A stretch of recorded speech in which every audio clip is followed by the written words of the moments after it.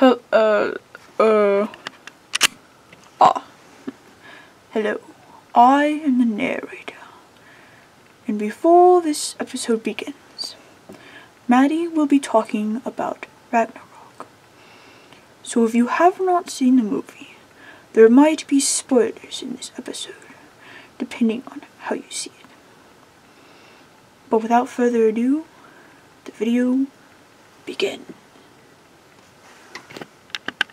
Good morning, everybody. My name is Maddy, and today we're going to be talking about the Valkyrie from Thor Ragnarok. So, the Valkyrie are women that are under the influence of Odin. They fly around over battlefields on their horses, looking for people to die. When they have chosen someone who've died heroically, they will bring them back up to Valhalla, where they stay with the fallen army. In the movie Thor Ragnarok, the Valkyrie were put into the movie as strong army of women to take down the goddess of death, as Odin's last line of defense from Hela. If you've ever seen the movie, the army all rode Pegasus, and they had these white body armor and wielded a green sword. Odin's last defense, Helena killed all of them except for one, who managed to survive and help Thor and Loki finally kill her. In the movie, when Odin died, he actually went to a place called Valhalla, a place of the fallen, or kind of like the heavens. You could see that this story is actually very close to the original Norse mythology. Later in this episode, you will learn more about the Norse mythology and about the Valkyrie themselves. Also, in the description, there is a clip of the movie that shows kind of like the cutscene with the Valkyrie fighting Helena. So you can look at that to give like a fresh memory, you know. Alrighty, Maddy, thank you, but I will take it over from here. Why do you get to take over the rest of the video? This was supposed to be mine. Sorry, but this is just where most of the information is. Alrighty. Fine, whatever. Hello, I am Dr. von Schneumann, and let's talk about the Valkyrie. Now, the Valkyrie are the army of women that are virgins. There are about 6 to 13 of them that go off to battlefield, looking for men to add to the army of fallen. Odin is the leader, and the Valkyrie can even get ranks the more Odin trusts them. The Valkyrie, they look like women with long blonde hair that often wear a helmet and have a spear at the ready. They also ride magical flying horses because the horses do not have wings or a horn. So they're some kind of enchanted horse. But that's what they look like invisible to the human eye. So in order for them to be seen by humans, they take 2 other forms. The first one is a crow, which symbolizes death and bad luck. But it can also symbolize mysterious and magic. Or it can turn it into a swan, the symbol of purity, beauty, grace, and balance.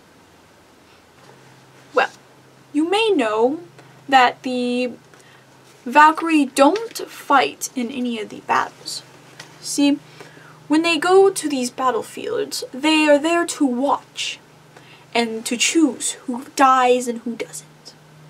See, they have magical powers to make people die, so they will choose who will die heroically, and then will take them back to a land called Valhalla, where they can join the army of the fallen.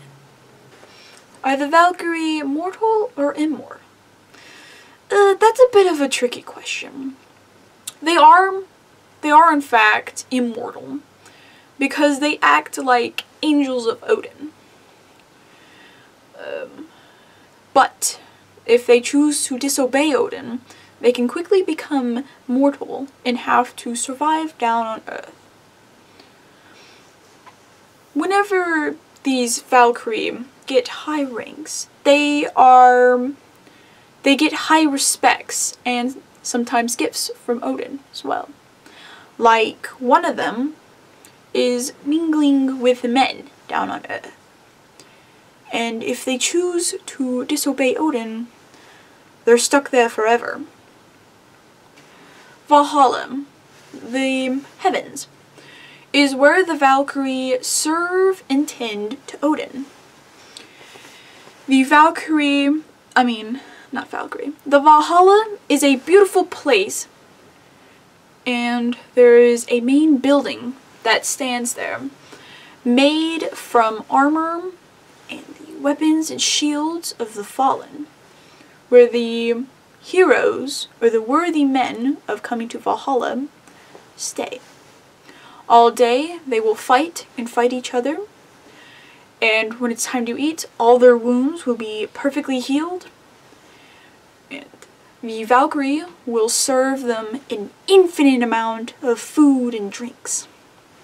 But Valhalla is not all it seems. You see, Odin is carefully picking and choosing a worthy enough army to help him fight his fate of dying from Ragnarok. The story of Ragnarok is much different from the story in the movie. You see, in Norse mythology, every living thing died on Earth. It starts with this brutal, heavy winter that lasts 3 years, bringing nothing but cold, cold snow and hail from every direction, killing every mortal, every plant, every human, every animal, leaving the gods to survive. After the 3 years of this winter, all the monsters that were imprisoned broke free from their chains from this cold winter, started destroying Earth, poisoning the ground, the sky, the water, and even destroying the sun and moon, leaving the Earth in total darkness. And Ragnarok is a fate where all gods and everything perish. It is the end of all endings. See, Odin and his fallen men fight the wolf, Valkyrie, I believe, but perished. Thor fought a giant poisonous snake, but both were killed, along with Loki, who fought another powerful god, but both perished. And this continued on for every god on both sides, fighting and fighting until they both die, leaving nothing left. See, the story of the Valkyrie is that they look for men in battle worthy enough for Odin. But unfortunately, the story of Ragnarok, they have also perished. Or have they? So unfortunately, this is the end of the video. If you've enjoyed, there are links in the description that go more into detail about the Valkyrie. If you've enjoyed, please like and subscribe, and good night. And good night. This is the end of the video, end of the video, end of the video. Pew, pew. End of the video. End of the video. Dude, this is the end of the video. Pew pew. Pew pew. Pew pew. End of the video. End of the video. End of the video. Oh oh.